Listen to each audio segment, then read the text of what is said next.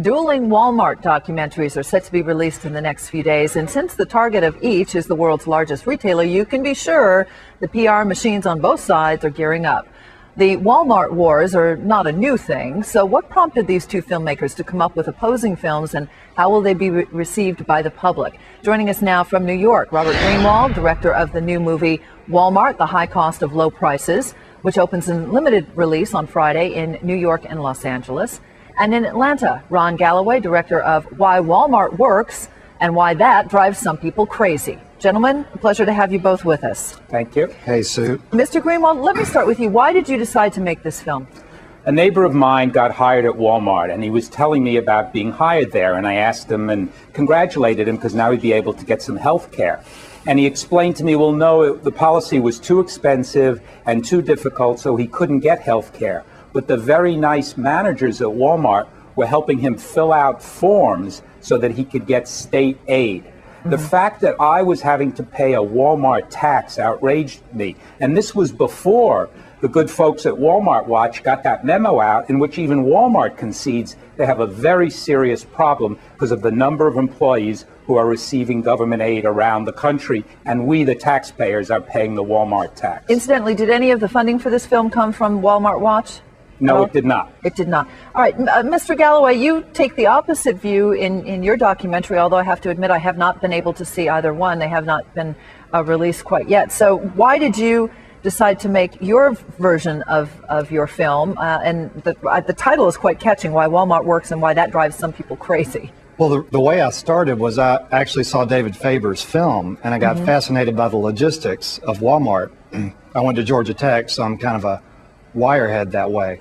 But the more I looked at it, the more I realized the story is bigger than that, and there's a whole sociological component that goes along with Walmart's sheer size. And I began to get fascinated going to Mr. Greenwald's website and other websites about why so many people were upset with the company, and I decided to look into it for myself. And one quick point on the healthcare issue, in my film I have a young lady who was on Medi-Cal in California, couldn't get health care and never saw a doctor until she got on the Walmart health plan. Well, I think that's terrific that Mr. Galloway found one person. Now let's talk about the other million-plus employees.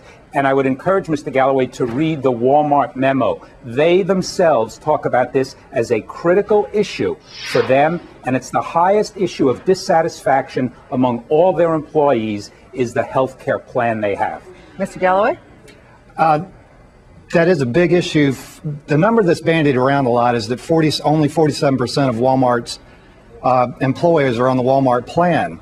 The fact of the matter is 87% of Walmart's employees are covered by something, whether it's a spouse's plan or Walmart's plan or even Medicaid. Yes, they're covered, but that's our money. That's my taxpayer money covering employees who should not be receiving it from a corporation that made $10 billion in profit. The 47% is not bandied around. That's a number that comes from Walmart and, again, is in the memo, which I strongly encourage you to read. It may want to make you change your film. Mr. No, Galloway? I read it, but Walmart is a cash cow for the government.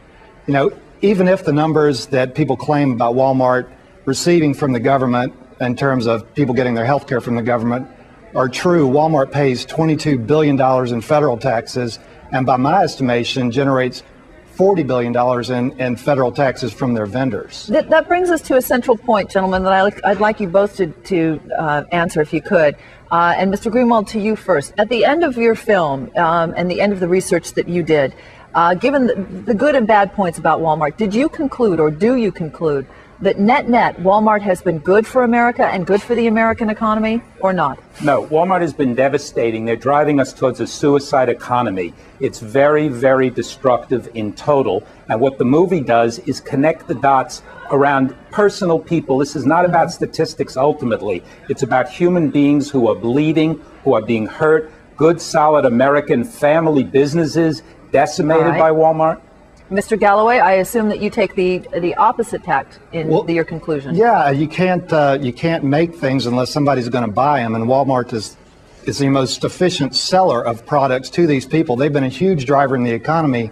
McKinsey said that they were 15% of the productivity gains in the 90s. Mr. Greenwald, is that not a valid point in terms of innovation and the way that Walmart, not necessarily business practices, but the logistics of doing business? Has Walmart not kind of revolutionized the way the country moves merchandise, moves business, its inventory? I mean, it's pretty state of the art. Has that not brought some improvement? Absolutely, and I couldn't agree with that part of it more. They are groundbreakers in that, and I would love to see them use that ingenuity and that good, solid American smarts for the benefit of our country. They could be a phenomenal positive impact on every single one of us if they chose to. And the Walton family, remember, they control 40% of this corporation.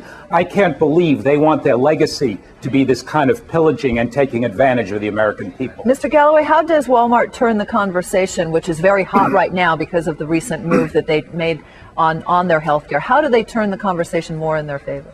You know, the one problem I have found with Walmart is that they are so focused on what they do, delivering low prices, that sometimes they can't see the forest for the trees. And I think they're now beginning to realize that there's a more political aspect to their business out there. But I think they've been so focused for so long on what they do, they just hadn't paid attention to getting their message out. Well, Walmart is spending $3,800,000 a day just for propaganda, not to sell anything, by the way. Have you seen their commercials? Yes, they're not all that good. Yeah, they're horrible, but they're just doing that. And I say, take that $3,800,000 a day, use it for employee health care. Boy, would they see a difference in the perception of their corporation. Gentlemen, I'm looking forward to seeing both films, and we'll have you back. Good luck. Sue. Thank you. Thank you. Robert Greenwald, director of Walmart. The high cost of low prices